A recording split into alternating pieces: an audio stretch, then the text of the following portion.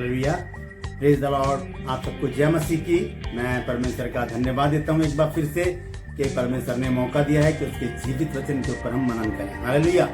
और मैं आपका दोस्त, जैसे आप सब जानते हैं, पास्टर राजमैसी आपसे मुखातिब हूँ। और जो पिछले एपिसोड में मैंने शुरू किया था, एक सीरीज शुरू की है मैंने, यौन संबंधी अशुद्धता, तो उसका दूसरा भाग लेकर मैं आया हूँ आज। और मैं आपसे गुजारिश करूंगा कि आप लोग बने रहिए मेरे साथ, पूरा वीडियो देखिएगा और उन बातों को जानेंगे कि परमेश्वर का वचन एडल्ट्री के बारे में या यौन शिक्षा के बारे में, सेक्स के बारे में क्या कहता है। हालेलुया। तो आप देख रहे हैं मेरा यूट्यूब चैनल जिसका नाम है वर्ड ऑफ ट्रूथ मिनिस्ट्रीज। मैं गुजारिश करूंगा आपसे कि आप मेरे चैनल को सब्सक्राइब करें और ये जो जितने वीडियो हैं उन्हें आप देखें, उन्हें शेयर करें और लाइक करें और कमेंट सेक्शन में जाकर कमेंट ज़रूर करें कि आपको ये वीडियो कैसे लगे। हालेलुया। अगर आप कुछ मुझसे पूछना चाहते हैं या कोई सवाल आपके मन में आता है या ऐसा वचन जो आप सुनना चाहते हैं उसके विषय में भी मुझे बताइए। मैंने एक बहुत बड़ा मुद्दा उठाया है इस बार सेक्स के बारे में, क्योंकि ये ना तो चर्च में सिखाया जाता है, ना घरों में, ना सेमिनार में, ना किसी कॉटेज मीटिंग में। तो ये मुद्दा मैंने उठाया ताकि ये शिक्षा लोगों तक पहुंच सके। तो मैं आपसे गुजारिश करता हूं इस विषय में कि आप इस वीडियो को वायरल कीजिए, लोगों तक पहुंचाइए ताकि बहुत से लोग इस शिक्षा को प्राप्त कर सकें। हालेलुया। आज जो दूसरा भाग है, पहले भाग में मैंने आपको बताया था कुछ बातें मैं आगे चलकर आप उसका जिक्र करूंगा, हाईलाइट आपको दूंगा। ठीक है, अभी हाईलाइट आपके सामने आएगी, वो आप देख लीजिएगा। उसके बाद मैं आज के वचन को शुरू करूंगा। तो आज का जो वचन है वह एडल्ट्री नंबर 1 के ऊपर।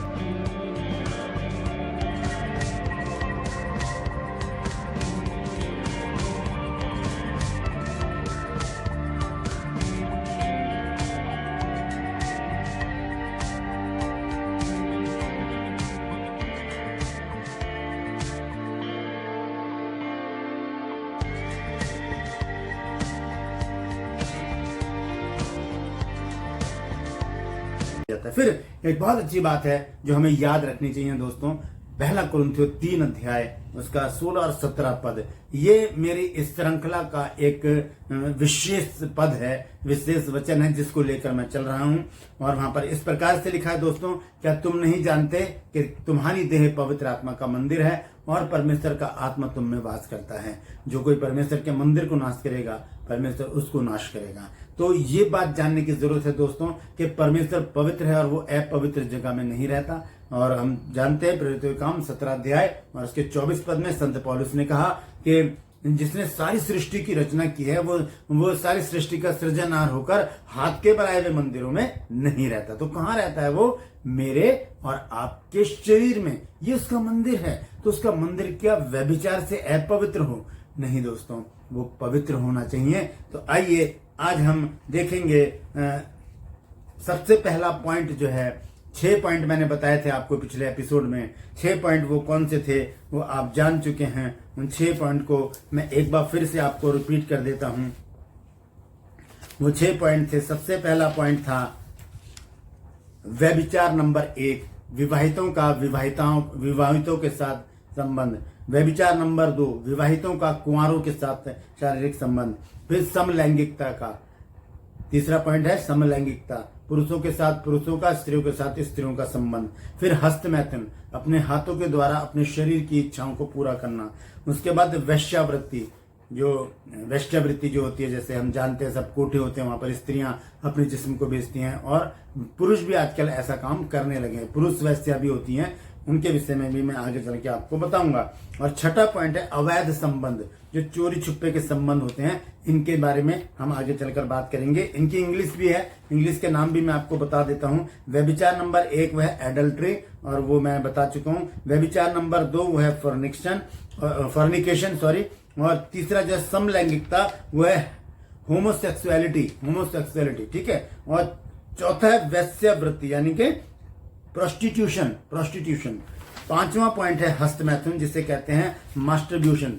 और छठा पॉइंट है अवैध संबंध यानी कि इलिसिट रिलेशनशिप। तो ये 6 पॉइंट मैंने बताए थे आपको पिछली बार। तो आज यहाँ पर दूसरे एपिसोड में मैं एक पॉइंट को लेकर चलूंगा आज, और वो है पहला पॉइंट जिसको हमने नाम दिया है एडल्ट्री, ठीक है। तो इसको हम देखेंगे अभी थोड़ी देर में। आइए, सबसे पहले एक वचन मैं आपने निकलवाना चाहता हूं आपके साथ, और वो वचन है 1 कुरिन्थियों 3 अध्याय 16 और 17 पद। मैं वैसे ही आपको बता देता हूं, वहां पर बहुत फेमस आयत है, और हम जानते हैं कि परमेश्वर हाथ के बनाए हुए मंदिरों में नहीं रहता। वहां आता है थोड़ी देर के लिए, लेकिन वो रहता नहीं है। वहां पर रहता कहां पर है? वो यहाँ पर रहता है, ठीक है। तो वो है ये मंदिर, ये शरीर परमेश्वर ने अपना मंदिर बनाया है।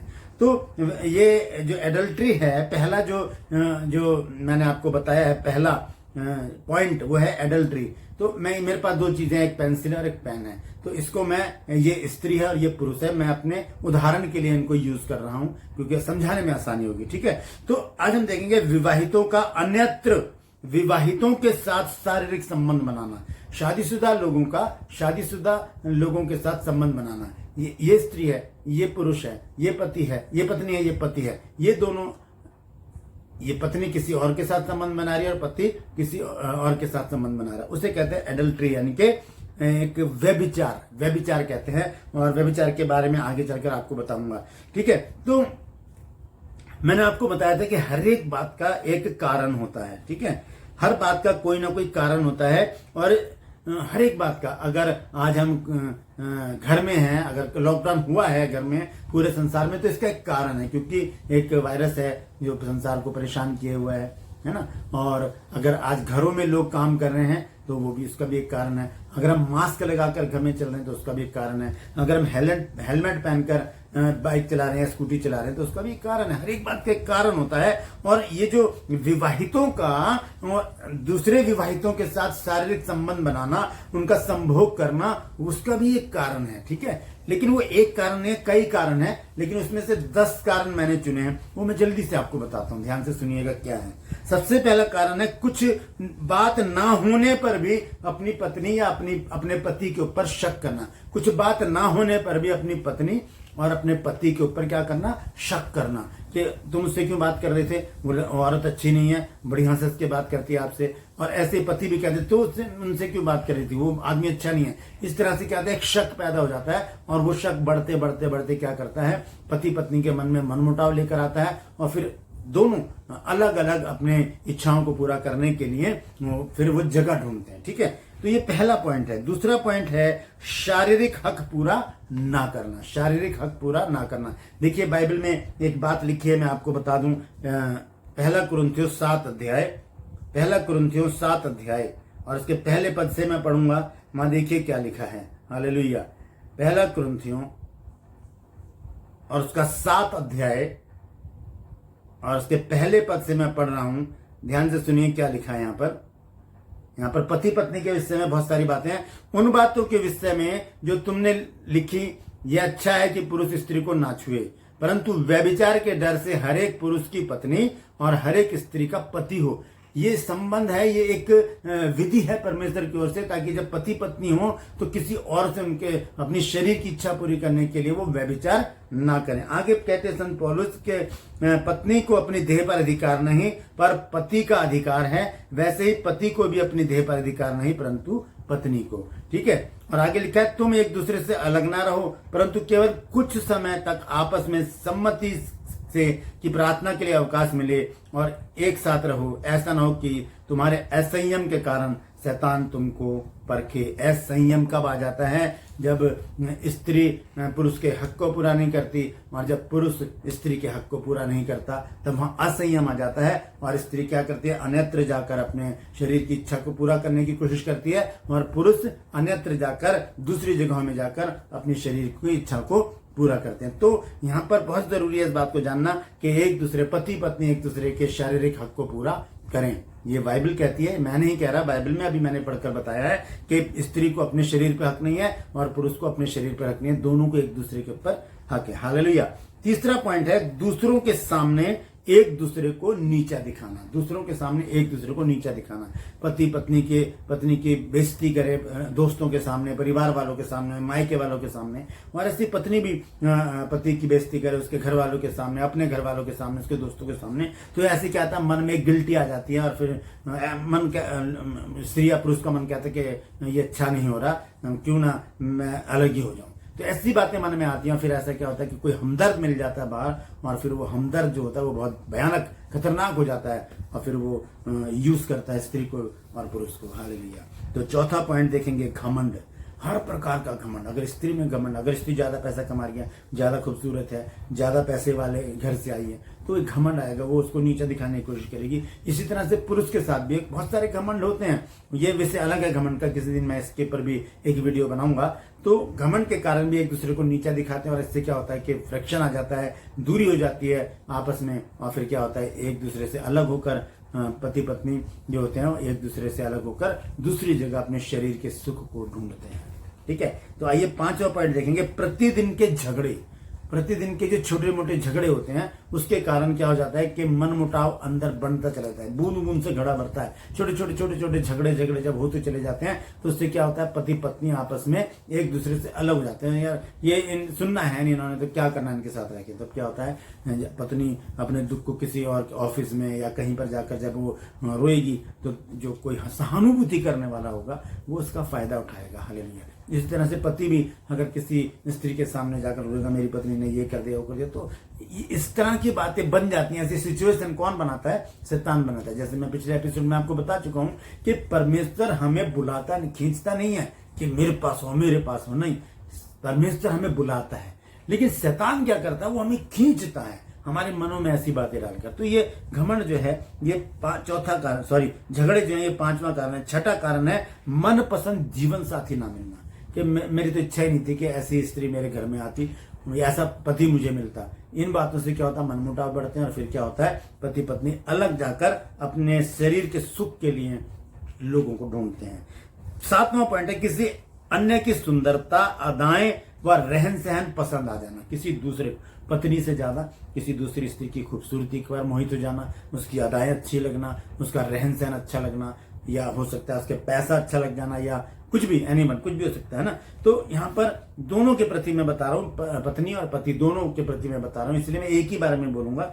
तो किसी की सुंदरता, किसी का डील डॉल, किसी का लंबा कद, किसी का बलशाली हो जाना, और किसी की मुस्कुराहट, किसी की अदाएं, किसी का रहन सहन, ये पसंद आ जाता है। तब क्या होता है, पति पत्नी एक दूसरे से धोखा करते हैं, विश्वासघात करते हैं। विश्वासघात परमेश्वर को पसंद नहीं है। अभी एक वचन में आपको पढ़कर बताऊंगा। आठवां पॉइंट है शौकिया। हालेलुया। शौकिया तौर पर भी लोग करते हैं ऐसे।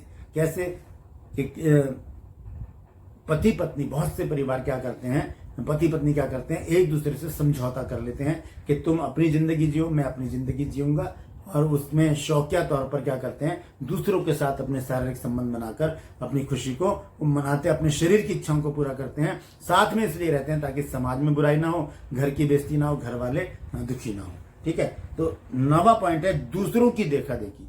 अगर वो स्त्री ऐसा कर रही है, अगर मैं भी कर लूंगी तो क्या हो जाएगा, वो तो उसका पति तो बहुत प्यार करता है उसको, फिर भी साथ में रहते हैं वो, मैं भी ऐसा कर लूंगी। फिर पति भी ऐसी सोचता है कि वो भी तो ऐसा कर रहा है, अगर मैंने कर लिया तो क्या कर लिया, तो दूसरों के देखा देखी भी ऐसा हो जाता है। आखिरी 10वां पॉइंट मैंने बनाया है ऊंचे पद का फायदा उठाना। अगर आप बॉस हैं, अगर आप लेडीज हो या जेंट्स हो, बॉस होते हैं तो वो अपने ऊंचे पद का फायदा उठाते हैं और अपने जो नीचे काम करने वाले थे उनके साथ वो शारीरिक संबंध बनाते हैं। बहुत सी कहानियां मैंने सुनी हैं, और भी बहुत सारी बातें हैं जो हम देख सकते हैं, आप देख सकते हैं, उसको जोड़ सकते हैं। मैंने 10 पॉइंट आपको बताए हैं। कुछ ना होने पर भी शक करना, शारीरिक हक पूरा ना करना, दूसरों के सामने एक दूसरे को नीचा दिखाना घमंड का कारण है। प्रतिदिन के झगड़े, मनपसंद जीवन साथी न मिलना, किसी अन्य की सुंदरता, अदाएं, उसका रहन सहन पसंद आ जाना, शौकिया तौर पर दूसरों की देखा देखी, और ऊंचे पद का फायदा उठाना। ये 10 पॉइंट मैंने बनाए थे दोस्तों। आगे आप भी देख सकते हैं बाइबल में। आइए आगे चलेंगे। और मैं जानता हूं, एक बात मैं आपको बताना चाहता हूं दोस्तों, कि विवाह से अलग कोई भी किसी से भी शारीरिक संबंध बनाता है, विवाह से अलग, शादी से अलग स्त्री, ये पुरुष, ये पति है उसका, ये स्त्री है इसका पति है ये, अगर ये स्त्री इसको छोड़कर किसी और के साथ संबंध बनाती है, चाहे वो पुरुष हो, चाहे वो समलैंगिकता हो, चाहे वो हस्तमैथुन हो, चाहे वो अवैध संबंध हो, तो वो व्यभिचार है दोस्तों। इसी तरह से पुरुष भी अगर पत्नी को छोड़कर किसी और स्त्री से शारीरिक संबंध बनाता है तो वो व्यभिचार है। व्यभिचार क्या है? व्यभिचार के विषय में मैं आपको जल्दी से कुछ बातें बताता हूँ, बाइबल जो बताती है। मैं यहाँ पर लिखता भी जा रहा हूँ, आप नोट कर सकते हैं। वेश्यावृत्ति यूहन्ना 8 के 3 पद में वैश्यवृत्ति को बताता है। व्यभिचार वैश्यवृत्ति को दर्शाता है यूहन्ना 8:3 में। और व्यभिचार शरीर के काम को दर्शाता है गलातियों 5:19 में। और व्यभिचार निर्लज्जता को दर्शाता है यिर्मयाह 3:9 पद में। और मूर्ति पूजा को दर्शाता है, व्यभिचार मूर्ति पूजा को दर्शाता है लेव्य व्यवस्था 17:7 पद में। और अशुद्धता को दर्शाता है व्यभिचार मरकुस 7:20 और 21 पद में। और अनाज्ञाकारिता को दर्शाता है व्यभिचार निर्गमन 20:14 पद में। और दूसरे विवाह को दर्शाता है व्यभिचार मरकुस 10:12 पद में। आज हम बाइबल से एक चरित्र को लेंगे जिसका नाम है दाऊद। दाऊद के विषय में जैसे कि मैंने अभी आपको हाईलाइट दी थी अभी पीछे फेसबुक पर भी, व्हाट्सएप पर भी और यूट्यूब पर भी, कि हम दाऊद के बारे में जानेंगे कि दाऊद के पैर फिसल गए थे।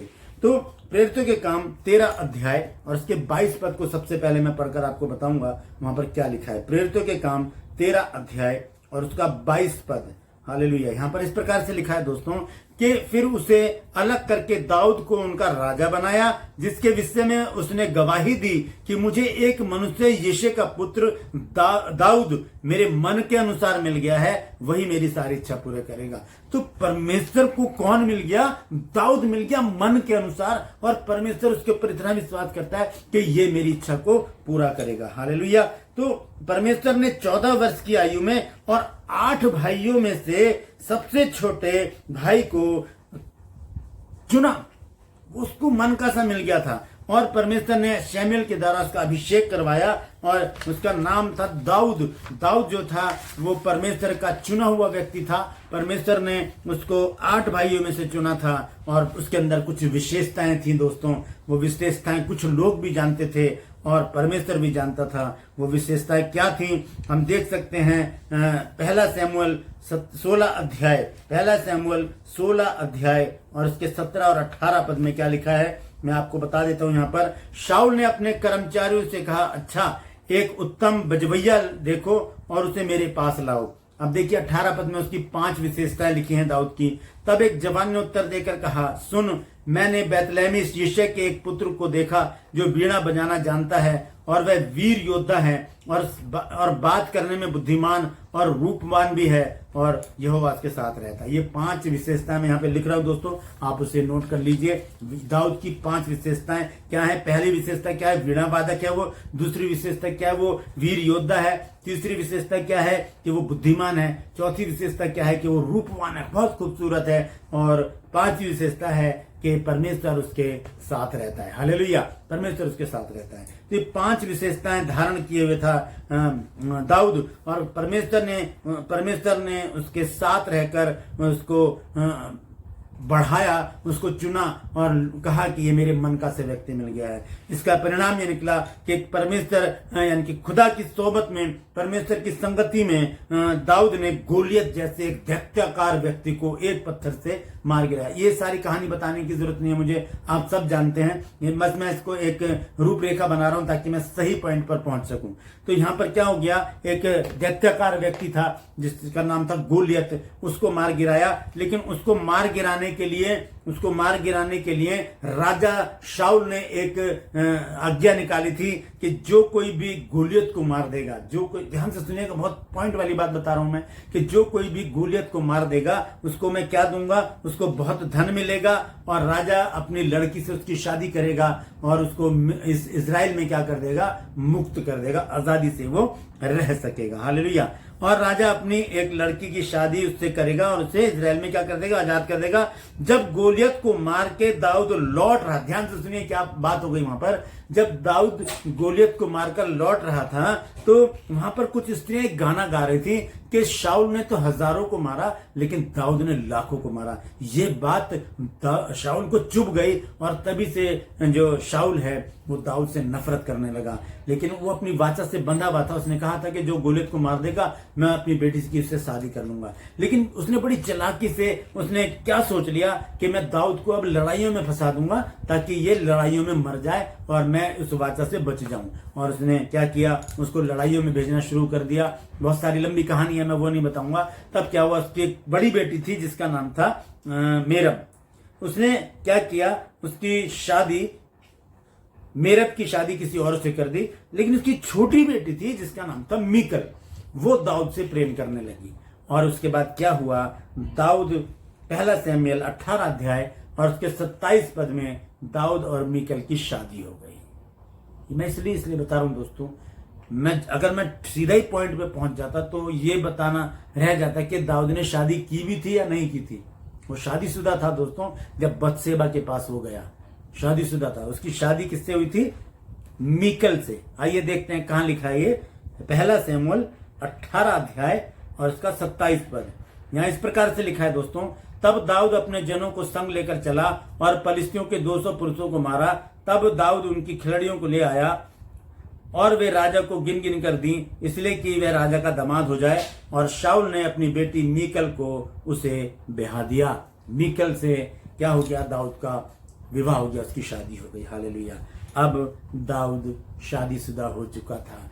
दाऊद राजा था, दाऊद शादीशुदा था। एक बार क्या हुआ, जब एक घटना घटती है वहां पर, दूसरा शमूएल और उसका 11 अध्याय।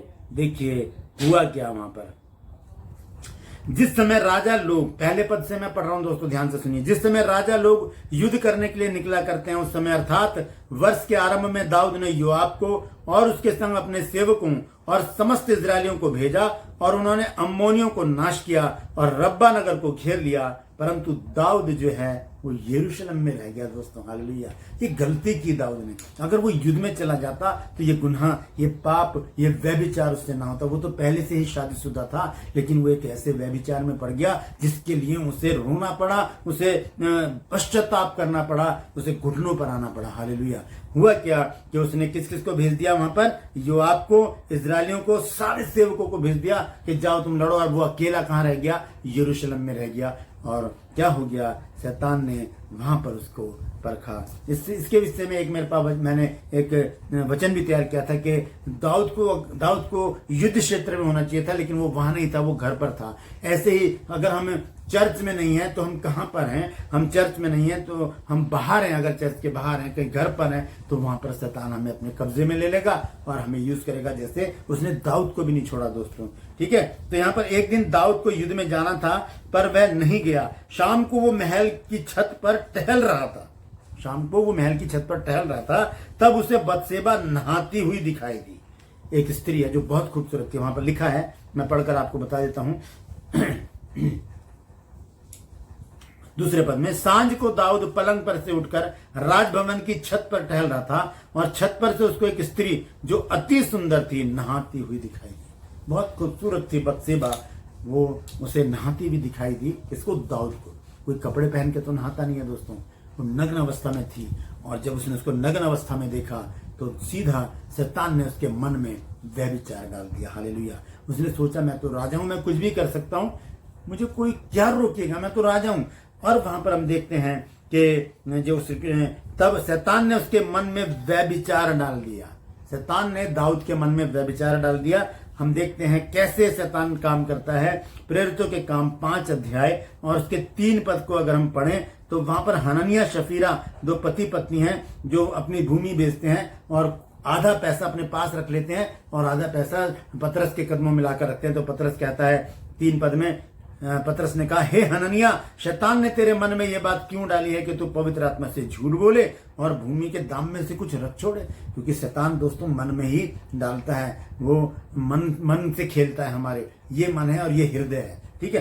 तो ये हृदय है, ये मन है। तो ध्यान रखिएगा दोस्तों, शैतान मन में डाल देता है। और दाऊद के मन में भी शैतान ने क्या डाल दिया? व्यभिचार का बीज धीरे से उसने डाल दिया, जैसे कि हव्वा के मन में डाला था, यहां पर उसने दाऊद के मन में भी डाल दिया। आज मेरे और आपके मन में भी वो डाल सकता है। तो जरूरत है, आत्मिक फलों में से एक फल है दोस्तों जिसको कहते हैं संयम। वो आखिरी फल है, नवा फल जिसे संयम कहते हैं। अगर वो फल हमारे अंदर है तो हम अपनी ज्ञानेंद्रियों पर संयम रख सकते हैं। 5 ज्ञानेंद्रियां हैं दोस्तों, हमारे कान, हमारी आंख, हमारी नाक, हमारा मुंह और हमारी चमड़ी यानी कि स्पर्श। इन पर हम कंट्रोल कर सकते हैं यदि हम पवित्र आत्मा के फलों से लदे रहेंगे। अब हम देखते हैं कि दाऊद के पास 3 चरणों में थे। दाऊद के पाप 3 चरणों में थे। पहला चरण था कि उसने देखा। ठीक है। पहला चरण क्या था? उसने देखा। दूसरा चरण था कि उसने पूछताछ करवाई कि देखो कौन है ये, किसकी पत्नी है। और तीसरा था कि वो उस प्रलोभन के सामने, उस सेक्स के सामने उसने अपने घुटनों को टेक दिया। वो भूल गया कि वो एक राजा है, वो भूल गया कि जिसको वो देख रहा है नग्न अवस्था में वो प्रजा है, वो उसकी प्रजा है। वो भूल गया इस बात को। हालेलुया। और हम देखते हैं उसके बाद जब उसने घुटने टेक दिए, वह अपनी अभिलाषा के चलाए चल पड़ा, अपनी अभिलाषा के चलाए चल पड़ा। और उसका अंत क्या हुआ? ईश्वरीय अंत हुआ उसका। हम देखते हैं याकूब की पत्री 1 अध्याय के 14-15 में लिखा है। मैं आपको पढ़कर बता देता हूं जल्दी से क्या लिखा है वहां पर। याकूब की पत्री और उसका 1 अध्याय और उसके 14 और 15 पद में क्या लिखा है, ध्यान से सुनिए। यहाँ लिखा है कि परंतु प्रत्येक व्यक्ति अपनी ही अभिलाषा में खींचकर और फंसकर परीक्षा में पड़ता है। जैसे दाऊद अपनी अभिलाषा में फंसकर खींचकर किसमें फंस गया? परीक्षा में पड़ गया। फिर अभिलाषा गर्भवती होकर पाप को जनती है और जब पाप बढ़ जाता है तो वो मृत्यु को उत्पन्न करता है। हालेलुया। दाऊद वहीं पर ही फंस गया दोस्तों। उसने अपनी आंखों की अभिलाषाओं को देखा, उसने अपने मन की अभिलाषाओं को देखा, उसने अपनी इच्छा को, मन की इच्छा को पूरा करने का प्रयास करते हुए गुनाह पर गुनाह करता चला गया। सबसे पहले उसने क्या किया? उसके पति को मरवाया, उसके बाद उसने उसके साथ व्यभिचार किया और उसको फिर अपनी पत्नी बना लिया। इस प्रकार से दाऊद के जो विषय में हम देखते हैं, उसने बत्शेबा के पति हित्ती जाति के उरिया को भी मरवा डाला। ये उरिया जो था वो हित्ती जाति का था। ये हाम और कनान का वंशज था और इसके नाम का अर्थ है यहोवा मेरी ज्योति है। हित्ती उरिया के नाम का अर्थ है यहोवा मेरी ज्योति है। इसका मतलब वो परमेश्वर को जानने वाला जन था, वो धर्मी जन था। उस जन को दाऊद ने मरवा डाला युद्ध में। योआब से कहा कि जहां पर ज्यादा भयंकर युद्ध हो वहां पर इसको भेज देना, और वहां पर उसने भेज दिया योआब ने, और क्या वो वहां पर मर गया। हालेलुया। तो उस हित्ती जाति का था जो उरिया, वो कनान और हाम का वंशज था, लेकिन वो परमेश्वर का अनुयायी था, वो आराधक था उसका, इसीलिए उसके नाम का अर्थ है यहोवा मेरी ज्योति है। हालेलुया। ध्यान से सुनिए। जब दाऊद ने बत्शेबा को देखा वो तब भी राजा था। जब दाऊद ने हित्ती उरिया को मरवा दिया वो तब भी राजा था। जब दाऊद ने बत्शेबा के साथ व्यभिचार किया, उसके साथ हमबिस्तर हुआ, उसके साथ संभोग किया, तब भी वो राजा था। जब दाऊद ने पश्चाताप किया वो तब भी राजा था। हालेलुया। दोस्तों, ये बात हमें एक सबक सिखाती है। ये हमारे लिए एक दृष्टांत के रूप में है। हम चाहे कितनी ही बड़ी मिनिस्ट्री कर रहे हो, हमने बहुत सारे चर्च खड़े कर लिए हैं पूरे इंडिया में, और हमने हमारे बहुत सारे फॉलोवर हैं, हमारे सब पीछे बहुत से लोग चल रहे हैं, और हम बिशप हैं, हमारा जो ओहदा है बहुत बड़ा है, हम डीकन हैं, हम रेवरेंट हैं, हम पास्टर हैं, हम पोप हैं, हम बहुत बड़े ओहदे पर हैं, हम बहुत बड़े टीचर हैं। लेकिन अगर हम दाऊद की तरह व्यभिचार में घिर गए तो हमारे लिए कुछ भी नहीं बचेगा। दोस्तों याद रखिए, दाऊद प्रेरितों काम 13 अध्याय उसके 22 पद के अनुसार दाऊद जो था वो परमेश्वर के मन का सा व्यक्ति था, उसका चुना हुआ व्यक्ति था, चुना हुआ राजा था, चुना हुआ जन था, उसका दास था। लेकिन फिर भी जब उसने गलत किया तो परमेश्वर ने उसको नहीं छोड़ा। हम चाहे रेवरेंट हों, हम चाहे डीकन हों, हम चाहे बिशप हों, हम चाहे पास्टर हों, हम चाहे बाइबल टीचर हों, हम कुछ भी हों, हमारा ओहदा बहुत ऊंचा हो सकता है, लाखों हजारों फॉलोवर हमारे हो सकते हैं यूट्यूब पर और फेसबुक पर और इंस्टाग्राम पर या ट्विटर पर हो सकते हैं, लेकिन वो हमें इतना हक नहीं देते कि हम किसी के साथ गलत करें या हम व्यभिचार करें। सीधी बात बोलूंगा कि हम व्यभिचार करें। दाऊद की घटना हमें एक दृष्टांत के रूप में मिलती है, हमें सजग करती है, हमें सावधान करती है। दोस्तों हम देखते हैं कुलुस्सियों 3 अध्याय उसके 25 पद में लिखा है दोस्तों कि जो बुरा करेगा वो अपनी बुराई का फल पाएगा, वहां किसी का पक्षपात नहीं है। बाइबल में कई जगह लिखा है कि परमेश्वर किसी का पक्ष नहीं करता, चाहे वो रेवरेंट हो, चाहे वो पास्टर हो, डीकन हो, चाहे वो बिशप हो, चाहे वो पोप हो, चाहे वो बाइबल टीचर हो, चाहे वो स्कूल टीचर हो, चाहे वो बाइबल स्कूल टीचर हो, चाहे वो कितने भी बड़े ओहदे का हो, परमेश्वर किसी का पक्ष नहीं करता। परमेश्वर के हाथों में पड़ना बहुत भयानक बात है, और दाऊद जो है वो परमेश्वर के हाथों में पड़ गया। हालेलुया। उसके बाद हम देखते हैं जब वो दाऊद के पास परमेश्वर ने नतान नबी को भेजा, 2 शमूएल 12 अध्याय उसके पहले पद से अगर हम पढ़ें, तब नातान ने उसको बताया कि तूने बहुत गलत बात की है, और उससे जो बतसेवा से जो बेटा पैदा हुआ था वो पोलियोग्रस्त था। दाऊद ने उसके लिए उपवास रखा, लेकिन परमेश्वर ने उसकी नहीं सुनी। परमेश्वर उससे बहुत नाराज था। क्या कहा परमेश्वर ने उससे, आइए देखें। दूसरा शमूएल, और उसका मैं पढ़कर आपको बताऊंगा 12 अध्याय, और उसमें क्या लिखा है परमेश्वर ने। देखिए, थोड़ा सा वीडियो लंबा हो जाएगा क्योंकि मैं स्पष्टता से आपको सारी बातें बता देना चाहता हूँ। 12 अध्याय और उसका मैं पढ़कर आपको बताऊंगा क्या कहा परमेश्वर ने। Hallelujah, Jesus. यहां पर लिखा है, दूसरा शमूएल 12 अध्याय और उसका 5 पद। तब दाऊद का कोप उस मनुष्य पर भड़का और उसने नातान से कहा, यहोवा के जीवन की शपथ, जिस मनुष्य ने ऐसा काम किया होगा वो प्राण के दंड के योग्य है, और उसको वह भेड़ का बच्ची का 100 गुना भर देना होगा, क्योंकि उसने ऐसा काम किया है, वह कुछ दया नहीं की। तब नातान ने दाऊद से कहा, तू ही वो मनुष्य है। इजराइल का परमेश्वर यहोवा यूं कहता है कि मैंने तेरा अभिषेक करके तुझे इजराइल का राजा ठहराया, और मैंने तुझे शाऊल के हाथ से बचाया। फिर मैंने तेरे स्वामी का भवन तुझे दिया, और तेरे स्वामी की पत्नियां तेरे भोग के लिए दी, और मैंने इजराइल और यहूदा का घराना तुझे दिया था। और यदि ये थोड़ा था तो मैं और भी बहुत कुछ तुझे देने वाला था। ये तूने क्या कर दिया। हालेलुया। नीति वचन 3 अध्याय उसके 5 पद में लिखा है कि तू अपनी समझ का सहारा ना लेना, वरन संपूर्ण मन से यहोवा पर भरोसा रखना। इस बात से जो है दाऊद डर गया। तब उसने पश्चाताप किया। दोस्तों, जब उसका बेटा मर गया जो बतसेबा से पैदा हुआ था, वो मर गया, तब दाऊद ने पश्चाताप किया, और उसने लिखा अपने भजन संहिता 51 में उसने पश्चाताप को लिखा है। पूरा पश्चाताप उसमें दिया गया है। आप उसे पढ़ सकते हैं भजन संहिता, लेकिन मैं उसके 2 पद आपको पढ़कर बताऊंगा। 10 और 11 पद लिखा, हे परमेश्वर, मेरे अंदर शुद्ध मन उत्पन्न कर, और मेरे भीतर स्थिर आत्मा नए सिरे से उत्पन्न कर। मुझे अपने सामने से निकाल ना दे, और अपने पवित्र आत्मा को मुझसे अलग ना कर। हालेलुया। बहुत पछताया है, बहुत पछताया। रो रो के उसने पश्चाताप किया। और वचन में लिखा है, नीति वचन 28 अध्याय उसके 13 पद में लिखा है कि जो अपने अपराधों को छुपा कर रखता है उसके काम सफल नहीं होते, लेकिन जो उन्हें मान लेता है और छोड़ भी देता है उस पर दया की जाएगी। हालेलुया। तो दाऊद ने क्या किया, अपने पापों को मान लिया और उन्हें छोड़ दिया। उसके बाद परमेश्वर ने उसे क्षमा किया। परमेश्वर क्षमा करने वाला प्रभु है, इतना ध्यान रखिएगा दोस्तों। जब हम एक बार पश्चाताप कर लें और उससे तौबा कर लें कि अब मैं ऐसा नहीं करूंगा, तब परमेश्वर हमें बहुत आशीषित करता है। मैं बताता हूं आपको कि दाऊद को परमेश्वर ने क्या आशीषें दी।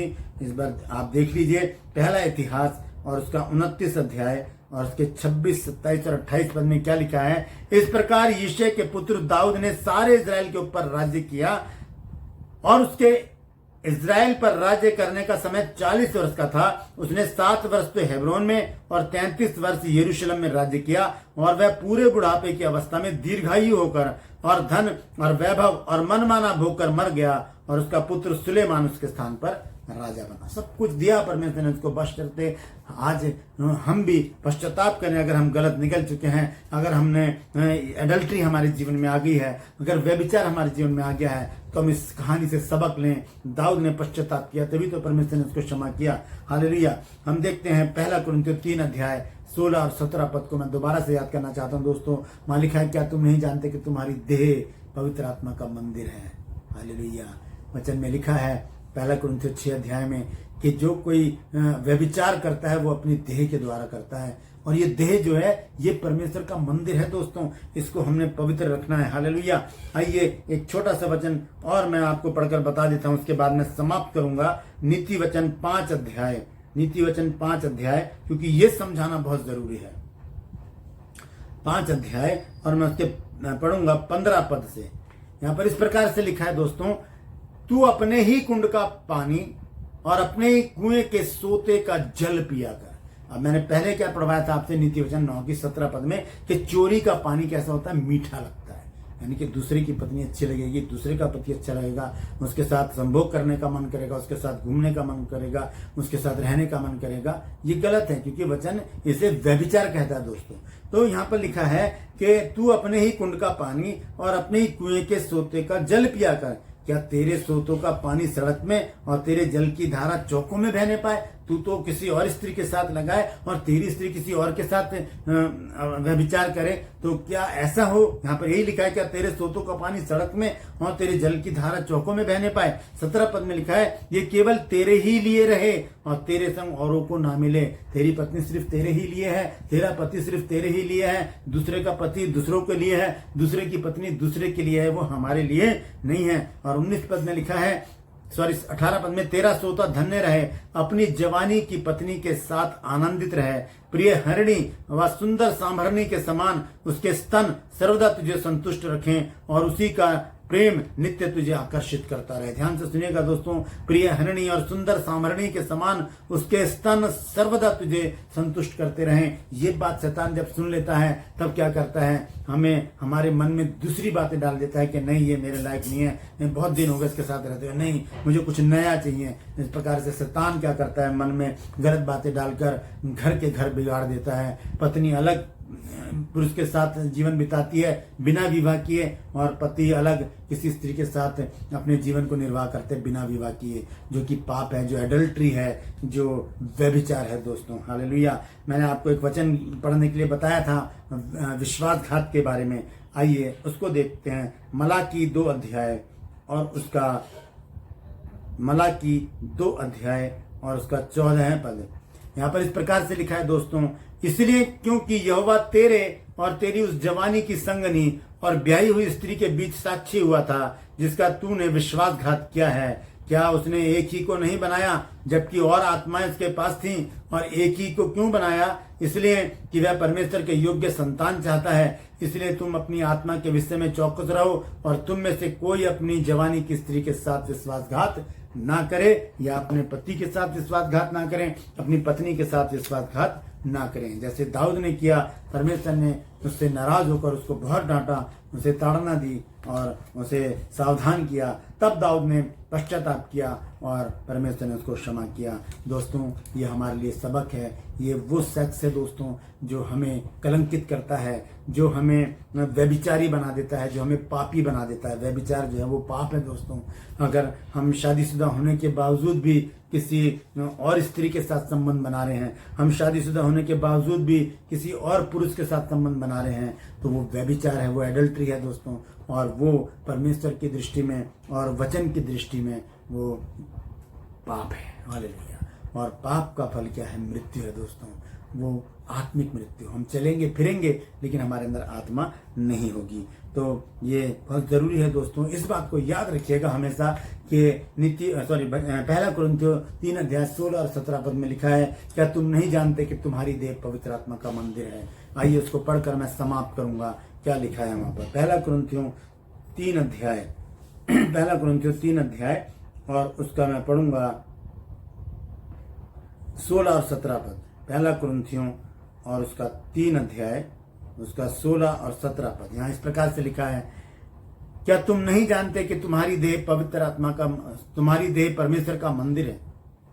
क्या तुम नहीं जानते कि तुम परमेश्वर का मंदिर हो और परमेश्वर का आत्मा तुम में वास करता है? यदि कोई परमेश्वर के मंदिर को नाश करेगा तो परमेश्वर उसे नाश करेगा, क्योंकि परमेश्वर का मंदिर पवित्र है और वो तुम हो।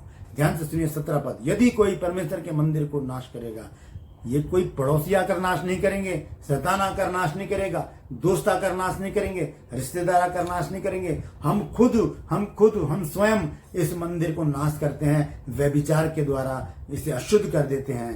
तब परमेश्वर हमसे दूर हो जाता है, क्योंकि परमेश्वर पवित्र है और वो पवित्रता से ही प्रसन्न होता है। हालेलुया।